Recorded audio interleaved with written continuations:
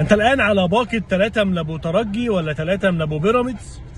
انت الان على باقة احنا عندنا 15 ايقاف كيد، ومع ذلك احنا المتصدر وبنصنع المعجزات. صديقي الاهلاوي، الف الف مبروك على مكسب امبارح. صديقي الزملكاوي، هارد لك. بس اوعى تفتكر ان احنا مبسوطين زي ما انت طالع بتقول عشان كسبنا الزمالك وكده الدوري ولا الموسم بتاعنا بقى تمام. على الاطلاق خالص. احنا كجماهير الاهلي حاطين على مجلس الاداره وعلى اللعيبه وعارفين ان ده اسوأ موسم في تاريخ الاهلي، وحاطين على الجهاز الفني الملط. تمام. ومع ذلك انت مش عارف تكسبني وانا في اسوأ مواسمي على الاطلاق. انا في موسم سيء جدا. انا خرجت الاسبوع اللي فات قلت لك انا ما عشتش الموسم ده من يمكن 92 زيرو. تمام. ومع ذلك انت بتقول النهارده ان انت فرحان كاهلاوي عشان كسبت الزمالك. لا، انا فرحان لان دي بطوله بيني وبينك، ده مباراه تاريخيه، ده ديربي. دول 132 مباراه، انا كسبك 52 مره. فلما يعني فرق الرقم، انت كاسب حاجه و30 باين 30 31 مره يعني، فاهم؟ تقريبا 29 مره، انا مش متذكر الارقام يعني. فده رقم يعني يخليك تفرح ان ده بطوله، ده ديربي بيني وبينك. الماتش ده طول عمره عندنا ليه حسابات خاصه وطعم خاص. لكن انت امبارح ما كنتش موجود على الملعب اصلا، ما كنتش موجود خالص. نادي الزمالك امبارح ما كانش موجود تقريبا طول المباراه.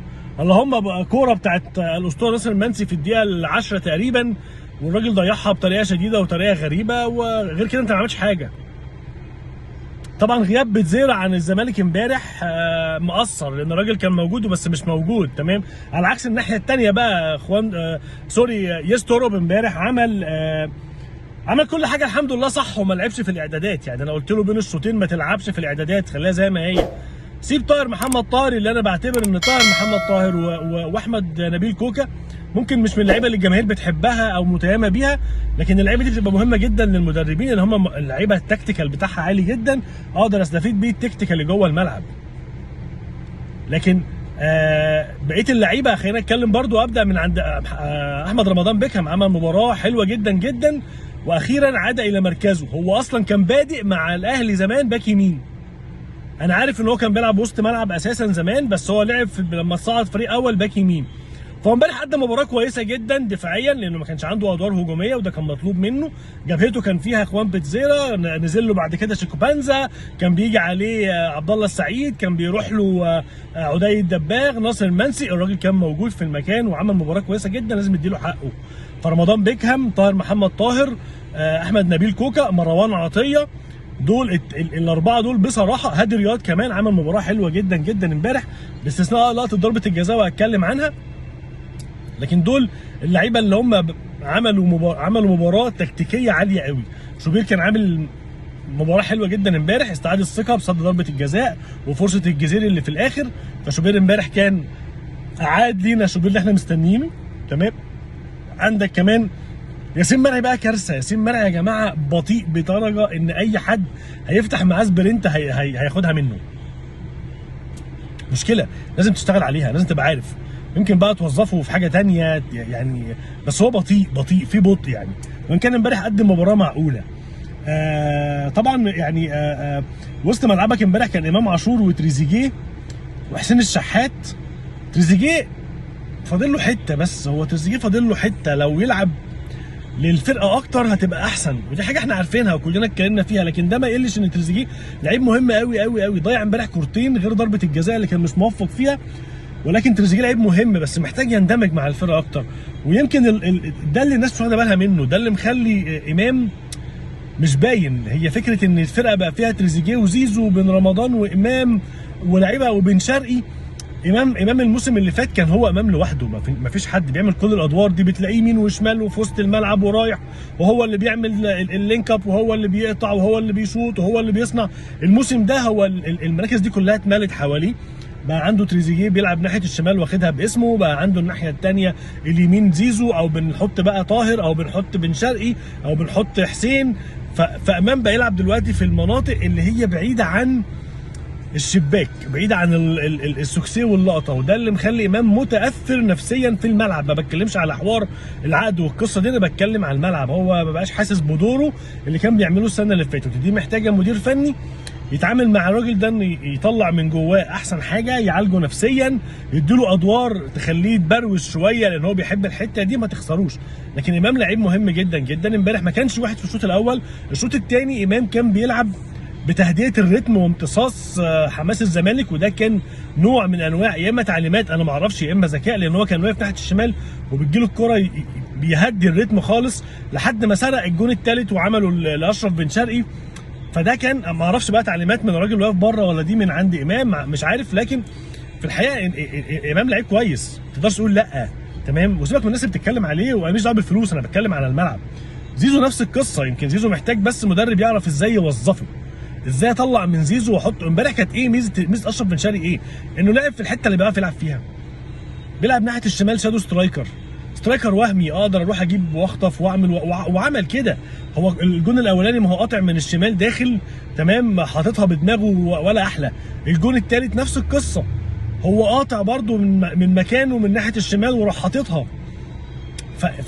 فانت يعني الاهلي عنده، بس هي الفكره ان انت معاك جهاز فني ما عندوش، مش عارف يوظف اللعيبه بتاعتك. تمام، عكس امبارح نادي الزمالك عمل اخطاء كبيره جدا. انت اول مباراه حبيت تفاجئ الاهلي، فقمت جايب بتزيرو ناحيه الشمال علشان تفاجئ بقى الاهلي وتبعده عن كوكا ويلعب على احمد رمضان. تمام، اتفاجئ ان الجبهه دي متقفله عليه. كابتن معتمد جمال سابه تقريبا يمكن لحد الجون الثاني بيجي بيلعب ناحيه الشمال، والاهلي مرتاح، لان ناحيه اليمين كان محمد اسماعيل وعدي الدباغ، مفيش حاجه خالص. تمام، وبالتالي تم عزل وسط ملعب الزمالك كمان عن طريق مروان وامام، عزلوا تقريبا عبد الله السعيد واحمد فتوح عن لعيبه الزمالك، وبالتالي الزمالك امبارح ما كانش عنده حاجه خالص يعملها. هو الزمالك ما بانش امبارح باي كوره، يعني هي كوره ناصر المنسي الاسطوره في الكره اللي جات له في الشوط الاول في الدقيقه 10 وضيعها بطريقه غريبه، والكره الثانيه بتاعت سيف الجزيري اللي شالها مصطفى شوبير. ضربه الجزاء انا عندي عليها كلام، يعني ضربه الجزاء هادي رياض لعيب مهم جدا وبروميسنج قوي قوي قوي وعاجبني وهادي وتدخلاته كويسه، بس الحته الاخيره دي عنده فان دفاع، وده اتكررت قبل كده في ماتش الترجي نفس الكره تقريبا بالظبط. وانا داخل اقطع على المهاجم، مش لازم اروح عليه كتري، انا ممكن اروح معاه موازي شويه، ابقى موازي عشان ما التحمش. كان زمان يقولوا لنا كده، عشان ما تلتحمش بتروح قافل عليه، مش رايح قاطع عليه. اولا بايع نفسك، لو اتلميت بقى خلاص كده شكرا، لو لمسته بقى ضربه جزاء، وده اللي حصل امبارح وده اللي حصل في ماتش الترجي. لكن هادي رياض لعيبه يا جماعه جامد قوي قوي. مروان عطيه انا شايفه شابوه امبارح. مروان عمل ماتشات من ماتشات مروان بقى اللي احنا عارفينها، اللي هو بيروح بالثلاث رئات بقى، يقطع ويروح ويجي. انا ما بقولش يا جماعه خلي بالك ان الاهلي استعاد مستواه، لسه بدري.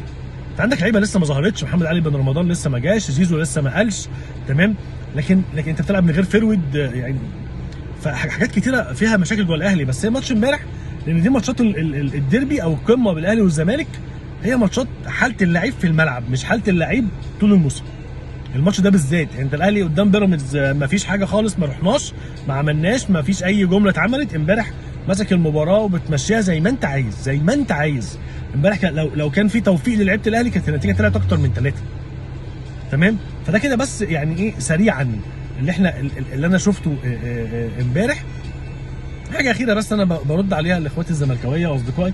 يا جماعه انت طالع الصبح تقول لي ابو 3 من بيراميدز ولا ابو 3 من الترجي ولا ابو 5 من صن داونز. هو انت ما فيش حاجه انت عملتها تتكلم بيها عن نفسك؟ يعني تقول 3 من الزمالك، 4 من الزمالك، 5، ما فيش حاجه خالص. انا بقالي حوالي 40 سنه بشجع كوره، انا عمري ما شفت الزمالك كسب الاهلي 3-0. 3-1 ماشي، حسام وجمال وعبد الحليم ماشي، لكن 3-0 ما حصلتش، 4 ما حصلتش، 5 ما حصلتش، ان شاء الله مش هتحصل يعني. تمام، فانا لما بكلمك اقول لك انا كسبك 3 امبارح، واقول لك انت شايل مني 3 او انت بالع 3، زي على راي الاخ الزملكاوي اللي كان في التلفزيون من كام يوم كده. تمام، اطلع رد عليا بحاجه انت عاملها، ما تجيش تقول لي والله اصل بيراميدز. طب ما لك بقى، ما الحرس كسبك 5 وانا كسبتك 5، 6 وانا كسبتك 6 برضه عادي. تمام، فهقول لك ما انت اتغلبت 3 قبل كده وانا اتغلبت 3 قبل كده، عادي جدا يعني، فاهم؟ فما علينا يعني.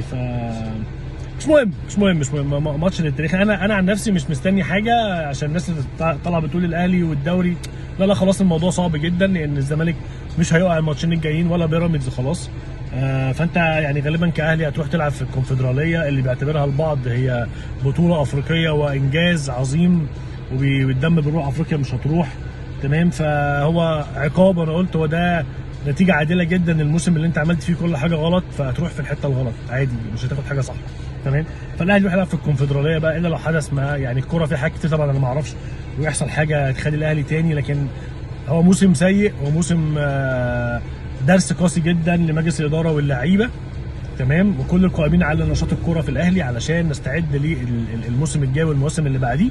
وانا قلت الفيديو اللي فات ان ده الاهلي بنقع موسم كل كام سنه، بنقوم بعد كده ناكل كل حاجه الاخضر واليابس زي ما بيقولوا. يلا الف الف مبروك لملوك الديربي وملوك ديربي القاهره، النادي الاهلي وجماهيره ولاعيبته. وهارد لك للاخوه الزملكاويه واخواتي تحديدا حبيبي يوسف مختار يعني اللي كان في الماتش امبارح، بقول له هارد لك، وان شاء الله يعني ايه اللي جاي يبقى احسن. دمتم